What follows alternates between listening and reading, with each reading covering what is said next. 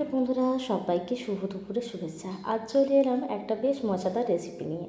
আজ বানাবো বাটা মাছের টক ঝাল রেসিপি।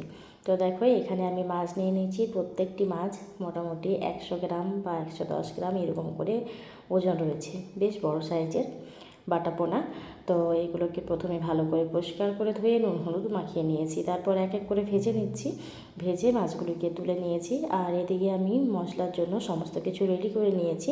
পেঁয়াজ কুচি, কাঁচা লঙ্কা কুচি, আর এই যে মাছগুলোকে ভাজার পর কড়াইটাকে পরিষ্কার করে এখানে আমি পেঁয়াজ কুচি, লঙ্কা কুচি রেডি করে রেখেছি সব। এরপর তেলের মধ্যে দিয়ে দেবো। তারপর হালকা করে একটু ভেজে নেব।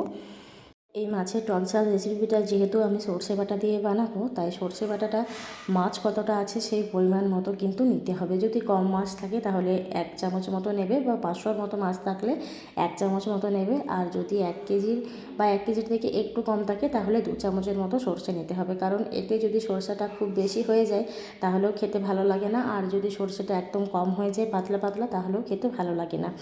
খুব বেশি মানে পাতলাও হবে না, খুব বেশি পুরু হবে না, মাঝামাঝি রইবে সেরকমভাবে করে নিতে হবে। আর এই যে দেখো, পেঁয়াজগুলো এখন আমার হালকা করে ভাজা ভাজা হয়ে গেছে। তারপর টমেটো কুচি করে আর লঙ্কা কুচি করে দিয়ে দিয়েছি। সাথে সাথে কিন্তু সর্ষে বাটাটাও দিয়ে দিলাম। সর্ষে বাটার মধ্যে আগের থেকে লবণ দেওয়া ছিল।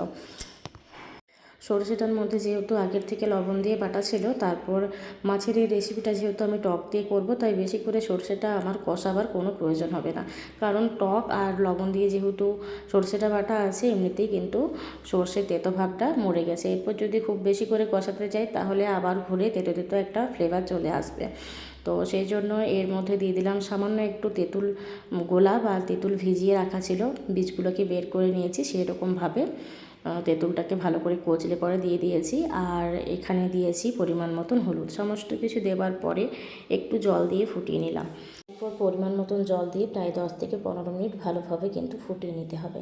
ফোটাতে ফোটাতে যখন দেখবে একটু ঘন হয়ে আসছে, তখন মাছগুলোকে আবার এক এক করে ছেড়ে দিতে হবে। মাছগুলোকে ছেড়ে দেওয়ার পরও প্রায় 4 থেকে 5 মিনিট মতো কড়াইয়ের মধ্যে এইভাবে দিয়ে রাখতে হবে। তবে অবশ্যই গ্যাসের ফ্লেমটা এক্ষেত্রে কমিয়ে দেবে, না হলে কিন্তু মাছগুলো বক বক করে এরকমভাবে ফুটতে থাকলে ভেঙে যেতে পারে। তো এই যে টকের মধ্যে এখন দিয়ে দিয়েছি, এইভাবে ফুটলো কিছুক্ষণ। মাছটাকে দিয়ে যদি একটু না ফোটানো হয় তাহলে কিন্তু এই যে টকের যে ফ্লেভারটা রয়েছে সেটা কিন্তু মাছের মধ্যে যাবে না।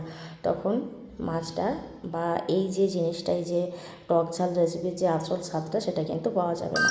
এই যে বাটা মাছের টক ঝাল রেসিপি এখন আমার কমপ্লিট হয়ে গেছে।